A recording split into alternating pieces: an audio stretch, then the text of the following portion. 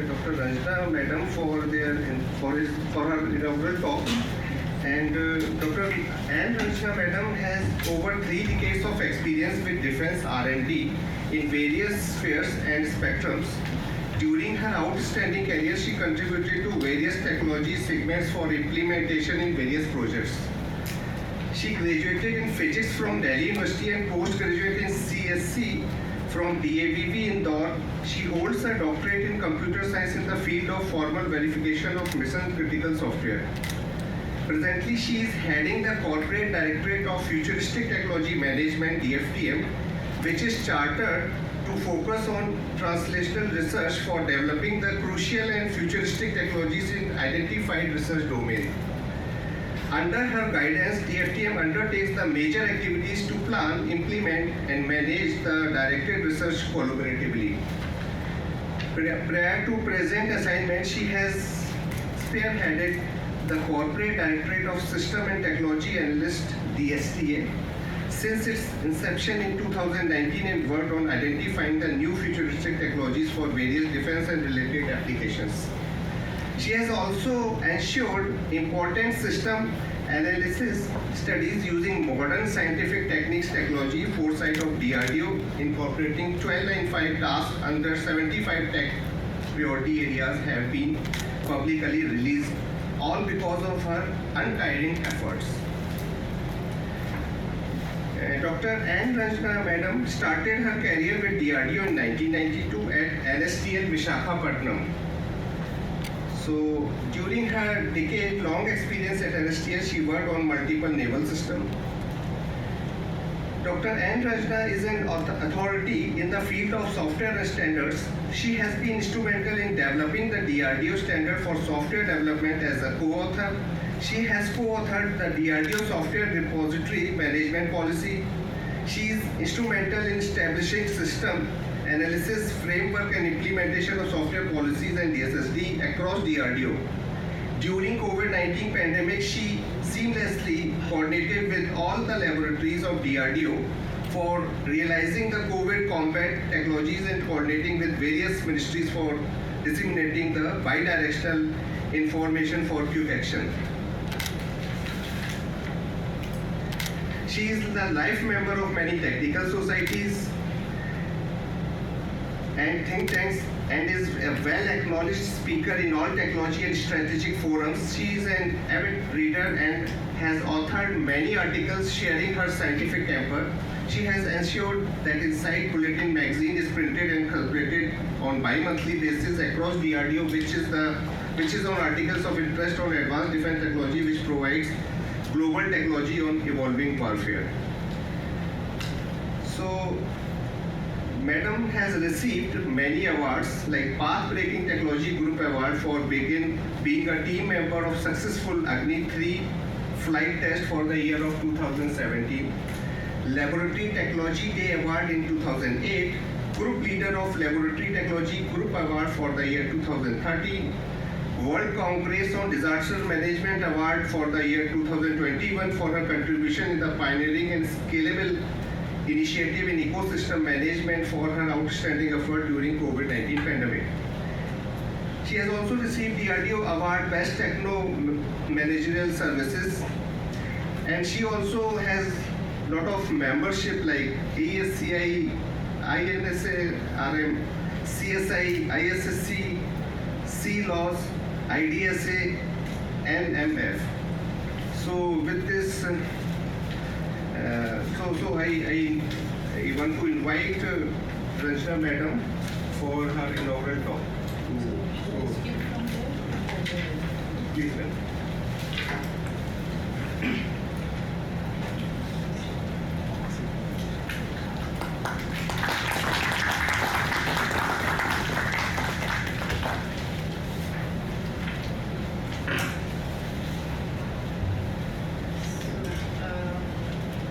Good morning to all of you.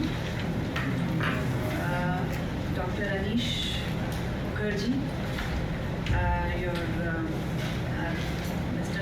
Professor Tiwari, Dr. Kamlesh Tiwari from BITS, Dr. Anurag Singh from NIT, who is the chief architect of this program. I think they have laid out a very ambitious laid out program for all of you to become hands-on with the generative AI. And generative AI is the talk of the town. Do you have any idea how many of the Indian kind of generative AIs are in the market?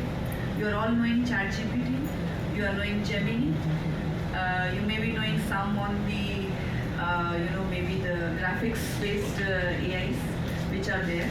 But in India, how many are there? Anybody Googled about Indian LLMs? Hanuman, yes. Bharat AI by IIT Madras. There are a couple of more of them where a lot of people are putting effort and they are also developing their LLMs. And I think that doesn't happen overnight. It takes a lot of people like you who have worked day and night and brought it to the level that at least we are saying that we have Indian kind of LLMs which are coming up.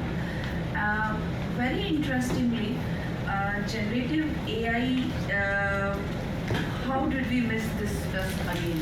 Why we didn't catch it up? India today is number 5 in the AI publications. Are you aware? We are number 5 in the AI publications and we are rated number 3 in the AI kind of research and expertise available. This is as per our national global ratings that we have got. There are a lot of companies which do this rating. India is rated number 3 in the AI research and AI education. Yet we missed the bus of the LLM. Why didn't we see it coming? I think it's the interest of each and every individual and the interest to take it forward and it's called passion to take it forward. कभी-कभी हम लोग इसको जिद भी बोलते हैं, कि हाँ मुझे ये idea आया तो कर देना है. So that is what is expected from people like you because you have much more energy than all of us. We have invested our energy and we are there to guide you as a beacons, as a mentors, as a enablers. So here I think DRDO is an enabler and we thought that this is the generation which requires really that hands-on key. Yes, we should be able to do it and I'm very glad that the way this program has been laid out is very good. I just saw the 5 days program. It's a good mix of theory come practice. So what you learn, you practice and you do it. And I think at the end of the 5 days, you must see, I must make one LLM which is in my name. At least some of you should get that fire from this program. And I'll be very happy about it. Now coming to my background, DRDO has been a roller coaster journey. And what I wanted to talk about is some of the defense applications where AI. Now to be very frank, at the end of these days, I will just give you a few topics which DRDO is working for the AI. And we think that AI applications are required for all of us in our defense applications. We work on aircrafts, we work on aero engines, we work on missiles, a number of them, long-range missiles, ballistic missiles, surface to surface, surface to air, air to air, any configuration of missiles. We work on very niche systems which are also required for the embedded systems which work on all of these physical systems. So we are very near to the physical deployment of these systems and we need that they should work in the real scenarios. But AI is such an invisible thing. Don't you think so? I mean, your intelligence is also not visible and so is AI is not visible. Of course, a lot of energy goes into it, the number of watts of power that you are using to train your models and then the kind of data that you need. This all needs a thought process. So what we are working in defense, specific to AI, is autonomous systems and robotic warfare. That's the future of warfare. A lot of places, whether it's ground warfare or drones or the underwater, the robotic structures are taking over. And that is where I think the AI will be required. The conventional AI, maybe NLP or somewhere the path finding. So these are the kind of algorithms we are looking at. Cyber security and threat detection. Yesterday, did you hear about the Microsoft issue? Yeah, everybody is on top of it because the CrowdStrike, wherever it is installed, things have stopped working. Kind of many things have come to a grinding halt. And it will take a lot. Why we didn't have an AI to see it coming? So that's one thought process. Cybersecurity will be a very big challenge in front, and if AI can help it, I mean, it's really required to think about it. Strategic decision making and planning is required for the defense operations. Predictive maintenance and equipment failure prevention. Now we have deployed tanks, we have deployed, say, aircrafts, deployed systems which are launching the missiles or the missiles itself.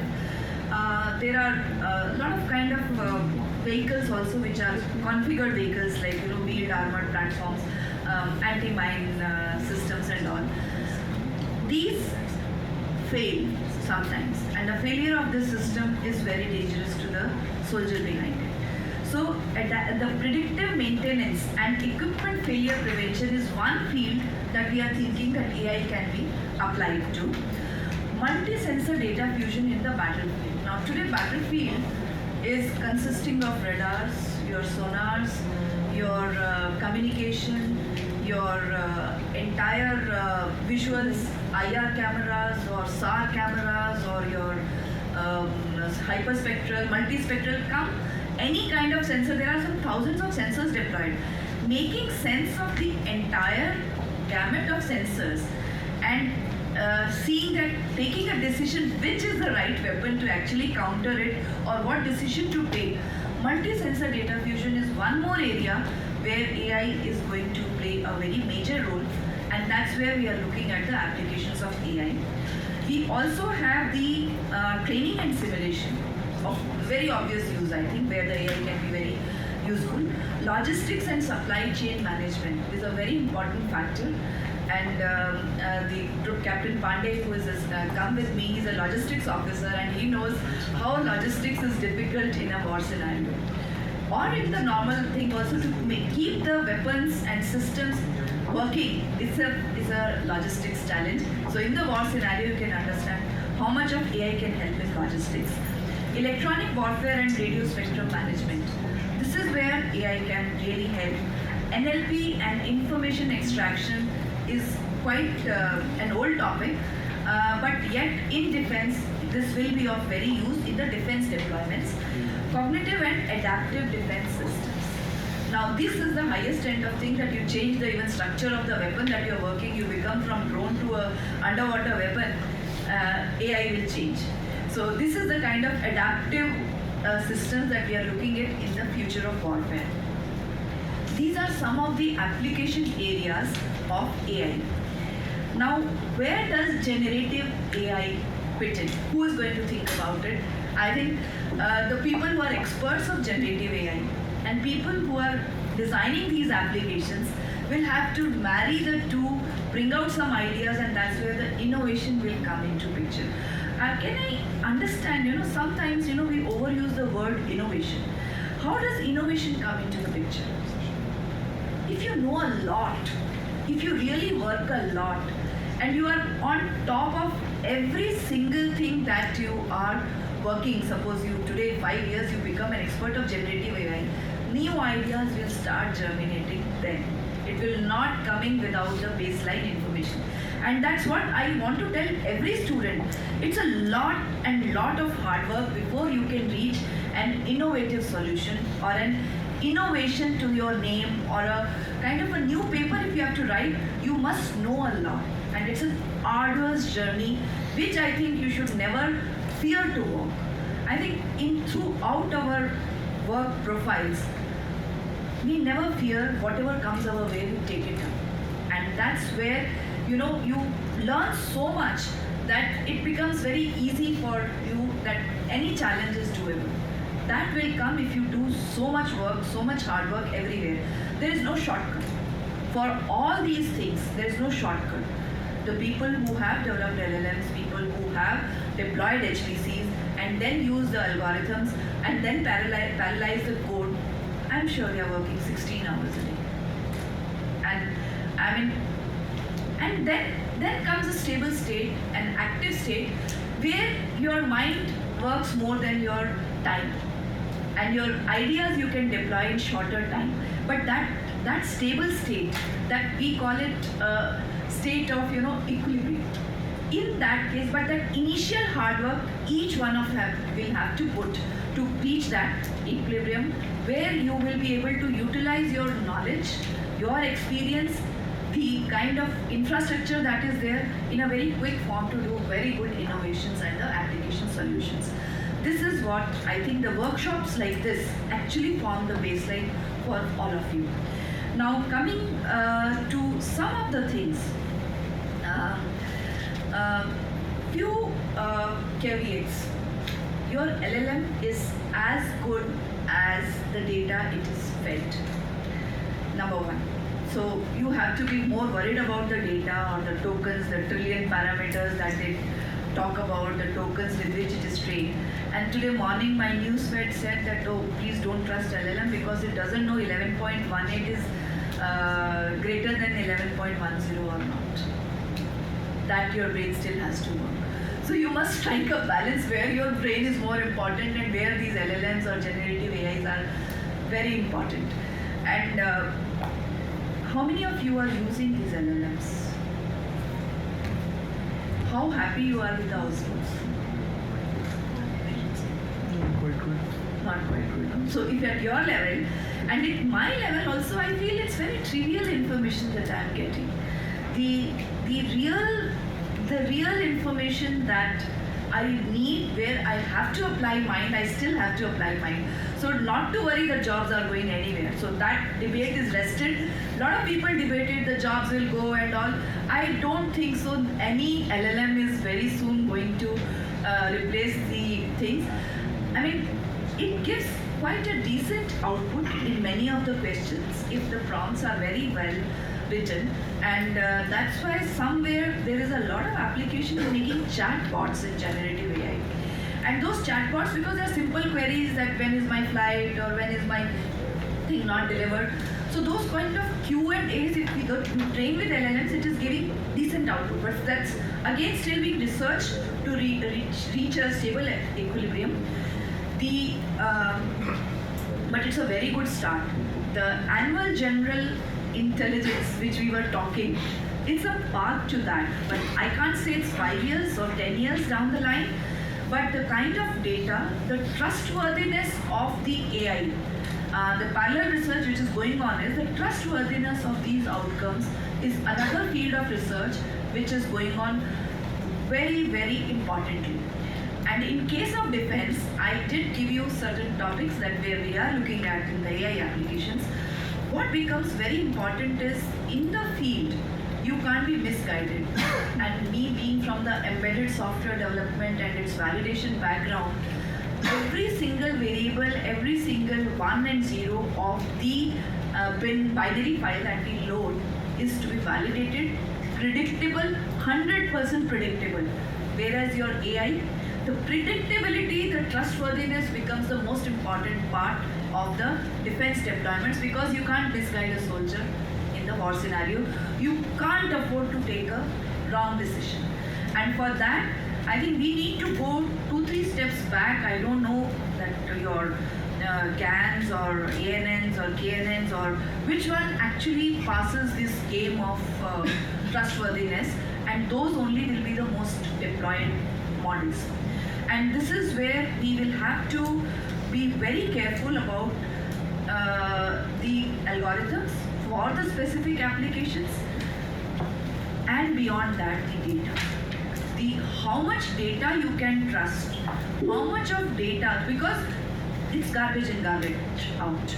So I think the equal focus, the data science courses which are being organized, they will have to come together with the algorithms and of course the hands-on how you do it. The data sanitization and the data trustworthiness becomes the most important part of all these deployments. So I think these are some of the things that you also have to think while looking at the applications. Coming to the futuristic technology management, we have, so I want to just use this forum to give you a little bit of information that we have 15 centers of excellence, which we call it as DRDO Industry Academia Centers of Excellence. How many of you are aware? I'm not sure. So they are in IITs, and they are some of them in Jammu or even University of Hyderabad, some of the reputed universities. Now these centers of excellence are in hub and spoke model, and these hubs can take up the projects from anywhere in the country. So it's just that, and each hub has been given certain verticals, and these are the topics under which you will run in a long-term roadmap fashion. And those roadmaps are being developed by the centers. Of course, the ideas can be given by anyone, and the roadmaps are created. So reasonable infrastructure is created to do the research, long-term research in these kind of areas. So if there is an interesting project and the project is really futuristic, but yet it is not infeasible. So that feasibility test has to be as a pre-project activity, because if you don't do that homework, we have seen that there are a lot of failures coming in these projects which are not well thought about. The well thought out projects are really doing very well. But this has been an observation that pre-project activity, the feasibility based projects succeed much better. So somebody who must have taken the first project of LLM must have done a mathematical analysis at its possible. And he must have written 10 papers to actually come and implement an LLM. So we want to, oil the system in such a way that well thought of projects to be given to these hubs, and then you are given reasonable amount of investment to do these projects, so that we can reach somewhere in this kind of achieve certain defense applications of all these topics, high-end topics that we are envisaging to become expert. So these are few things that I wanted to share with you today. Only last few words I want to tell all of you is, there is no shortcut. It's sheer hard work. And if 1 weekend goes into doing this course, actually you will be gaining 10 weekends later. So please enjoy this course. And I think very good lineup of the teachers are there. I'm glad that I think there is immediately after this an expert from IIIT Delhi speaking, and they are going to give you real hands-on. No worthwhile technology is easy to learn, and let's accept that.